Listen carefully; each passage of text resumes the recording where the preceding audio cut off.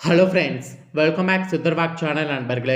எனக்கு இந்த வீடியோவில் மிக மிக முக்கியமான ஒரு ஜோதிட கணிப்பை தான் இப்போ இந்த வீடியோவில் அதிரடியாக பார்க்க போகிறோம். ஜோதிட கணிப்பை அதிரடியாக பார்க்கறதுக்கு முன்னாடி எதை பற்றிய ஜோதிட கணிப்பு அப்படிங்கிறத தெளிவாக இந்த வீடியோவில் பார்க்கலாம் வாங்க. அதாவது நவக்கிரகங்கள்லேயே மிகவும் முக்கியமான கிரகமாக கருதப்படுவது சூரிய பகவான். அப்பேற்பட்ட சூரிய பகவான் மகர ராசிக்குள்ள நுழைந்திருக்கக்கூடிய அற்புதமான தமிழ் மாதம் தை மாதம். இந்த மாதம் 10ஆவதாக வரக்கூடிய மாதம். இந்த மாதத்தில் சூரியன் பார்த்தீங்கன்னு வச்சுக்கோங்களேன், பயங்கர வலுவாக இருப்பார். மற்ற தமிழ் மாதங்களை காட்டிலும் 1000 மடங்கு வலுவாக இருக்கக்கூடிய ஒரு மாதமாக இந்த தை மாதமானது சூரியன் இருப்பார். இந்த தை மாதத்தில் கிரக மாற்றங்கள் கிரகநிலைகளால் ஒவ்வொரு ராசிக்காரங்களுக்கும் தலையெழுத்து மாறும். அப்படி மாறக்கூடிய தலையெழுத்தம் அவங்க தெரிஞ்சு பலனடையணுங்கிறதுனால ஒவ்வொரு ராசிக்காரங்களுக்கும் என்ன தலையெழுத்து மாறும் அப்படிங்கிறத ஷேர் பண்ணிட்டு இருக்கேன். அதில் இன்னைக்கு இந்த வீடியோவில் கும்ப ராசிக்காரங்களுக்கு ஷேர் பண்ண போகிறேன். இந்த வீடியோ கும்ப ராசிக்காரங்களுக்கு ரொம்ப யூஸ்ஃபுல்லாக ரொம்ப இன்ட்ரெஸ்டாக இருக்கும். ஸோ கும்ப ராசியில் பிறந்தவங்க உங்கள் ராசிக்கு என்ன மாதிரியான தலையெழுத்து மாறும் அப்படிங்கிறத தெரிஞ்சுக்குங்க. உங்கள் ராசிக்கான தலையெழுத்து மாறுவதை தெரிஞ்சுக்கிறதுக்கு முன்னாடி தை மாதத்துக்கு மட்டும் ஏன் இவ்வளோ சிறப்புகள் சொல்லப்படுது அப்படிங்கிறது உங்களுக்கு சொல்ல போகிறேன். தை மாதத்துக்கு மட்டும் ஏன் இவ்வளவு சிறப்பு இருக்குது அப்படிங்கிறத கும்ப ராசிக்காரங்க இந்த வீடியோவில் தெரிஞ்சுக்குங்க. அதுக்கப்புறம் உங்கள் ராசிக்கு பார்த்தீங்கன்னு வச்சுக்கோங்களேன், தையில் என்ன பலன் கிடைக்கும் அப்படிங்கிறத பார்க்கலாம். ஆக்சுவலி தை மாதம் பார்த்தீங்கன்னு வச்சுக்கோங்களேன், ஒரு தெய்வீகமான மாதம் என்று சொல்லலாம். தை முதல் ஆடி வரை உத்திராயணமானது நீடிக்கும். தை மாதத்தில் தேய்பிரையில் வரக்கூடிய ஏகாதேசி தான் சபால ஏகாதேசி என்று அழைக்கப்படும். ஏன்னா தை மாதத்தில் கொண்டாடப்படக்கூடிய பண்டிகைகள் நம்பிக்கை மற்றும் நேர்மறையான அணுகுமுறையை ஊக்குவிக்கிறது.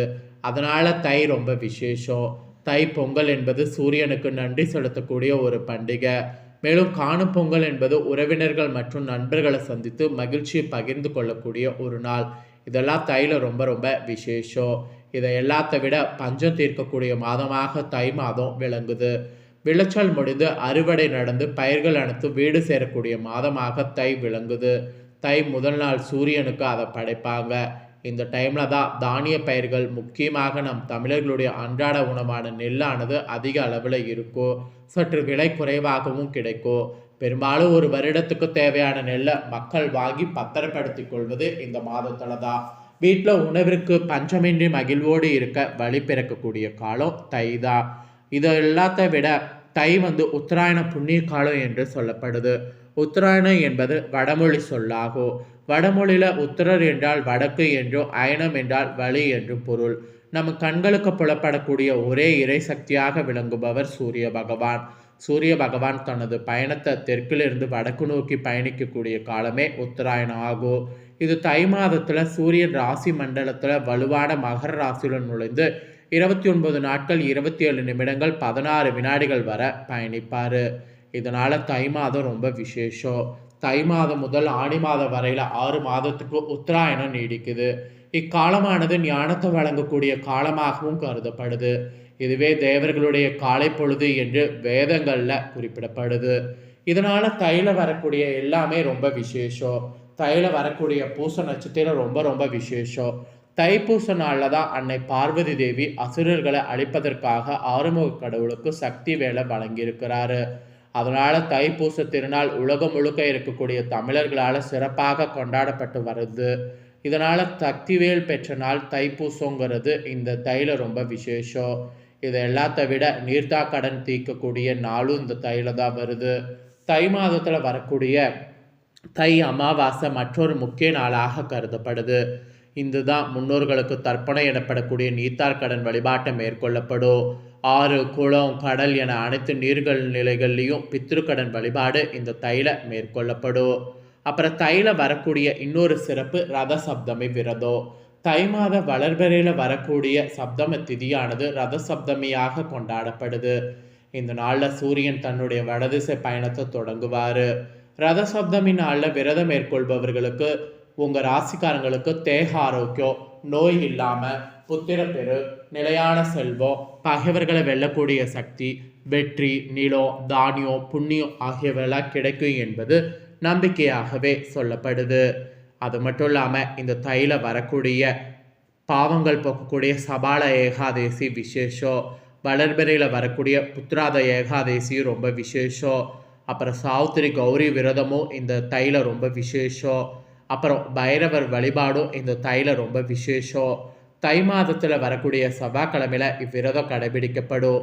இவ்விரதத்தை தாமரை பூ மாலை, வில்வ மாலை, தும்பைப்பூ மாலை, சந்தன மாலை ஆகியவை பைரவருக்கு உகந்ததாக சொல்லப்படுது. வாசனை பூக்களில் மல்லிகை பூவை தவிர்த்து மற்ற அனைத்து பூக்களும் பைரவருக்கு சமர்ப்பிக்கப்படும். சனிதோஷம் முழுமையாக அகல காலபைரவருக்கு விரதம் இருப்பது விசேஷம். அதனால் தைல இந்த மாதிரி விசேஷங்கள் நிறைய நிறைந்து இருக்கு. இப்பேற்பட்ட தை மாதத்தில் ஒவ்வொரு ராசிக்காரங்களுக்கும் தலையெழுத்து மாறும். அதில் கும்ப ராசிக்காரங்களுக்கு என்ன மாதிரி தலையெழுத்து மாறும் அப்படிங்கிறத இப்போ ஷேர் பண்ண போகிறேன். கும்ப ராசியில் பிறந்தவங்க உங்கள் ராசிக்கு என்ன மாதிரி தலையெழுத்து மாறும் அப்படிங்கிறத தெரிஞ்சுக்குங்க. இந்த தைல உங்களோட தலையெழுத்து எப்படி இருக்கும் அப்படிங்கிறத தெரிஞ்சு அதற்கேற்ப நடந்து பலன் பெறுங்க. ஸோ தை மாதத்தில் கிரகநிலைகளை ஆராய்ந்து பார்க்கும் பொழுது ரொம்பவே சிறப்பான முறையில் அமைஞ்சிருக்கு. மாத தொடக்கத்தில் உங்கள் ராசிநாதன் சனி உங்கள் ராசியிலே சஞ்சரிக்கிறாரு. ஆனால் அவரை பகை கிரகமான செவ்வாய் பார்க்கிறாரு. எனவே எதை செய்கிறதாக இருந்தாலும் யோசித்து செய்வது நல்லது. வரவை காட்டிலும் செலவு அதிகமாக இருக்கும். அதனால் செலவு பண்ணக்கூடிய விதத்தை கொஞ்சம் கண்ட்ரோல் பண்ணிக்கோங்க. மற்றொரு நம்பிக்கைகளுக்கு பாத்திரமாக கும்பராசினியர்கள் இருக்கணும். அதுதான் இந்த தைல உங்களுக்கு வெற்றியை கொடுக்குற மாதிரி இருக்குது. அப்புறம் வளர்ச்சியில் தளர்ச்சி ஏற்படாமல் இருக்க வழிபாடுகள் நிறைய தைல மேற்கொள்ளுங்க. அதுதான் உங்களுக்கு ஆக்சுவலி கை கொடுக்கும். இருந்தாலும் மனதில் இனம் புரியாத கவலை மேலோங்குவதை தவிர்க்க முடியாது. அந்த தவிர்க்க முடியாத கவலை மேலோங்குவதை தவிர்க்க தியானம் போன்றவற்றை செய்யுங்க. நண்பர்கள் நம்பி எந்த காரியமும் செய்ய இயலாது. நண்பர்கள் நம்பி ஏதாவது காரியம் செய்தீங்கன்னா அது உங்களுக்கு பிரச்சனை முடியும். உறவினர்களெல்லாம் அனுசரித்து செல்லணும். உறவினர்களை அனுசரித்து செல்லாமல் இருந்தீங்கன்னா அதில் உங்களுக்கு பெரிய ஆபத்து. அதனால் உறவினர்களை அனுசரித்து செல்ல வேண்டியது அவசியம். ஸோ இந்த மாதிரியெல்லாம் சில கவனமாக இருக்கணும் என்று எச்சரிக்கை உங்களுக்கு விடுக்கப்பட்டிருக்கு. அதுவும் தொடக்கத்தில் பார்த்தீங்கன்னு வச்சுக்கோங்களேன், கடகத்தில் உள்ள செவ்வாய் மகரத்தில் சஞ்சரிக்கக்கூடிய சுக்கிரனை பார்க்கிறாரு. சுக்கிரன் கும்பத்திற்கு சென்ற பிறகு செவ்வாயுடைய பார்வை பதிகிறது. இதனால் உங்கள் ராசிக்கு 3, 10 ஆகிய இடங்களுக்கு அதிபதியாக செவ்வாய் வராரு. எனவே இந்த டைம் தொழிலில் பார்த்தீங்கன்னு வச்சுக்கோங்களேன், முன்னேற்றமானது அதிகரிக்கும். கடமையில் இருந்த தோய்வு எல்லாம் அகலும். உடன் பிறந்தவர்கள் உங்களுக்கு உதவிக்கரம் நீட்டுவாங்க. ஊர் மாற்றம், இடமாற்றம் விரும்பத்தக்க விதம் உங்களுக்கு அமையும். புதிய ஒப்பந்தங்கள் கையெழுத்திட்டு மகிழக்கூடிய யோகம் இருக்குது. அதனால் புதிய ஒப்பந்தங்கள்லாம் கையெழுத்திட்டு என்ஜாய் பண்ணலாம். அப்புறம் உங்கள் ராசிக்கு தன லாபாதிபதியானவர் குரு பகவான். அவர் வக்ரம் பெறுவது அவ்வளவாக உங்களுக்கு நல்லதல்ல. எனவே கொடுக்கல் வாங்கல பிரச்சனையும் ஏமாற்றமும் ஏற்படும். கொடுத்த தொகையை வாங்க முடியாமல் தவிப்பீங்க. கொள்ளை பிடி செயல்பட இயலாது. அதாவது கொள்கை பிடிப்போடு செயல்படணும் அப்படின்னு நீங்கள் பிளான் பண்ணுவீங்கள, அது உங்களுக்கு நடக்காது. அதனால் நீங்கள் எதையும் இப்படி பண்ணும் அப்படி பண்ணும் இல்லாமல் ஒரு இதோடு செயல்படுங்க. அதே சமயம் ஆரோக்கியத்தில் பிரச்சனைகள் அதிகரிப்பதை தவிர்க்க முடியாது. உறவினர்கள் மற்றும் நண்பர்கள் உதவி செய்வதாக சொல்லி கடைசி நேரத்தில் கையை விரிக்கலாம். தொடர்ந்து குரு வழிபாடு நீங்கள் செய்கிறது நல்லது. அப்போதான் ஓரளவு நன்மைகள் நடைபெறும். இல்லைன்னா நன்மைகளானது நடைபெறுவது கொஞ்சம் கஷ்டம்தான். இல்லத்தில் சுகமும் சந்தோஷமும் அடியெடுத்து வைக்கிறதுக்கு நீங்கள் துணிவும் தன்னம்பிக்கையோடு இருக்க வேண்டும். தாய்வழி ஆதரவு திருப்தி தரும். தொழில் ரீதியாக நீங்கள் எடுக்கக்கூடிய புதிய முயற்சிகள் அனுகூலமாக முடியும். வாடகை கட்டிடத்தில் நடைபெற்ற தொழிலை சொந்த கட்டிடத்திற்கு மாற்றக்கூடிய முயற்சி செய்தீங்கன்னா உங்கள் முயற்சி கைகூடும். அது மாதிரிலாம் முயற்சி செய்யுங்க. சில எதிர்பாராத திருப்பங்கள் இடையூறுகள் நடைபெறும். அது எல்லாமே தானாகவே அகலும். வருமானம் உயரும். விலை உயர்ந்த பொருட்களை வாங்கி மகிழுங்க. நீங்கள் துணிந்து எடுத்த முடிவு மற்றவர்களை ஆச்சரியப்பட செய்யும். அதனால் துணிந்து செயல்படுங்க. ஸோ கும்பராசியில் பிறந்தவங்களுக்கு இந்த மாதிரியான பலன் தான் கிடைக்கும் என்று உங்களுக்கான பலன் குறிப்பிடப்பட்டதை தெளிவாக இந்த வீடியோவில் எக்ஸ்பிளைன் பண்ணியிருக்கேன். எக்ஸ்பிளைன் பண்ணதை தெரிஞ்சிருப்பீங்க. ஸோ தெரிஞ்சதுக்கேற்ப நடந்து பலன் பெறுங்க. நீங்கள் இந்த வீடியோ பார்த்து முடிச்ச உடனே இதை லைக் பண்ணி உங்கள் ஃப்ரெண்ட்ஸ் ஃபேமிலிக்கு ஷேர் பண்ணுங்கள். உங்கள் ஃப்ரெண்ட்ஸ் ஃபேமிலியில் இருக்கிறவங்களும் உங்களை போல் கும்ப ராசிக்காரங்களாக இருந்தாங்கன்னா இந்த பலனை பார்த்து தெரிஞ்சு இதற்கேற்ப நடந்து பலனடையட்டும். நெக்ஸ்ட்டு இதே போல் சுவாரஸ்யமாக நிறைய வீடியோ போடப்படும். அதை எல்லாத்தையுமே உடனுக்குடனே தெரிந்து கொள்ள மறக்காமல் நம்ம சேனலை சப்ஸ்கிரைப் பண்ணி கூட பெல் பண்ண ப்ரெஸ் பண்ணுங்கள். அப்போ தான் நான் போகிற வீடியோலாம் தெரிஞ்சுக்க முடியும். மறக்காமல் பண்ணுங்கள். வேறு ஒரு வீடியோவில் வந்து சந்திக்கிறேன். நன்றி.